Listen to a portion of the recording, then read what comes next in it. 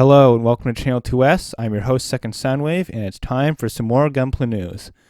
So on November 24th, the Reborn 100 Bawu and high-grade build fighters Transient Gundam Glacier were released. The Transient Glacier is looking pretty alright, although I'm still not a huge fan of it, as I've said many times before, and the Bawu is just simply looking amazing, and I will basically do everything I can to get my hands on one of these as soon as possible and get a review out to you guys because I am so hyped for this kit. It just looks awesome. Then we got some magazine scans of some upcoming kits. First of all, the Master Grade Psycho Zaku. It's nice to see some new stuff with this. We haven't really seen much of it for a while, but this scan seems to be focusing on the weapons and accessories that are going to be included with the kit.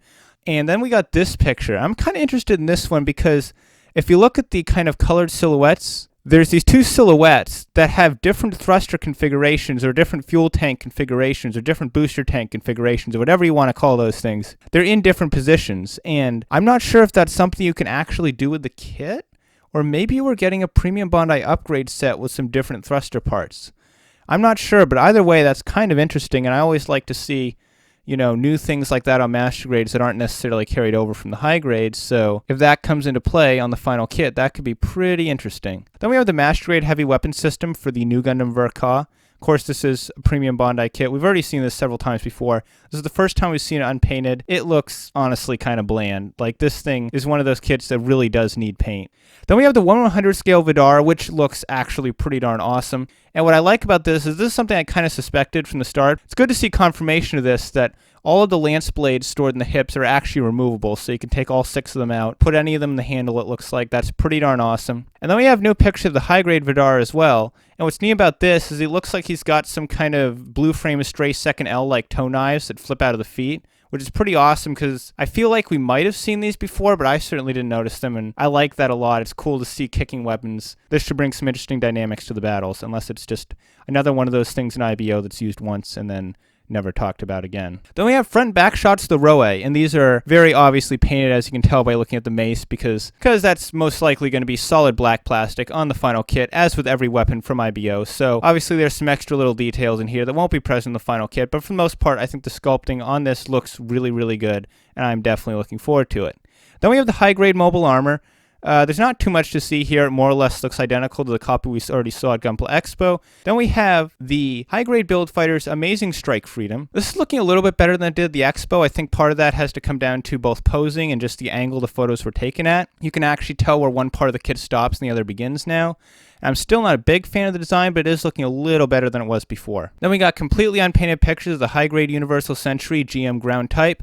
It's still looking absolutely awesome. This is another one that I'm going to get my hands on as soon as it comes out because I am just so excited for this kit. It looks awesome. And then we don't have actual kit images for it, but we do have line art for the Twilight Axis Gundam. Now, that's not the actual name of the Gundam. Twilight Axis is just a novel it's from. We have no confirmed name for the Gundam so far. But looking at the line art here, this is looking really close to the Alex in design. So could this possibly be kind of a pre-tool for the Alex Gundam Revive? Maybe. If so, 2017 is going to turn out to be an even more awesome year. Then we have one sort of new release here. This is kind of an odd thing. Not really sure I've ever seen anything like this before. This is going to be a 2-pack of the Master Grade Freedom Gundam 2.0 and the figurized bust of Kira Yamato.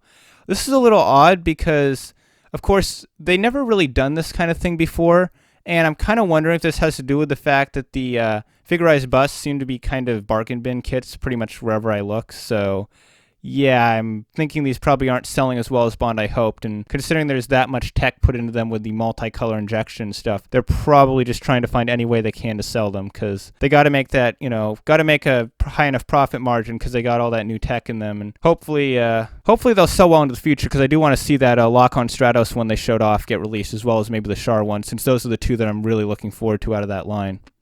But anyway, the 2-pack's going to be 6,000 yen. It's going to be a February release, so that's one more kit we have confirmed for February, and still, both February kits are in some way related to the figurized bust line, which is a bit weird, but anyways, we do have more info on the Iron-Blooded Orphan stand campaign. I wasn't really sure how these are going to be done at first, but it looks like the color of the stand is going to be random, and then you'll get a sheet with a couple little stickers for the appropriate faction for that kit. So if you get a Barbatos, it'll have Tekkanon stickers. If you get a Vidar, it'll have Yellerhorn stickers, and so on. And then the color of the stand is going to be black or clear blue or clear orange, and you can just mix and match stuff around. They look like pretty basic stands, just a couple pieces put together, but they can be handy, especially with some of those kits that have less than favorable balance, so that's always a nice thing to see. Anyway, that's all for tonight. Leave a like if you enjoyed this video, and if you aren't already subscribed, hit that big round icon that's popping up on the screen right about now, and be sure to check out my other videos as well by clicking the thumbnails to the left and right of that icon.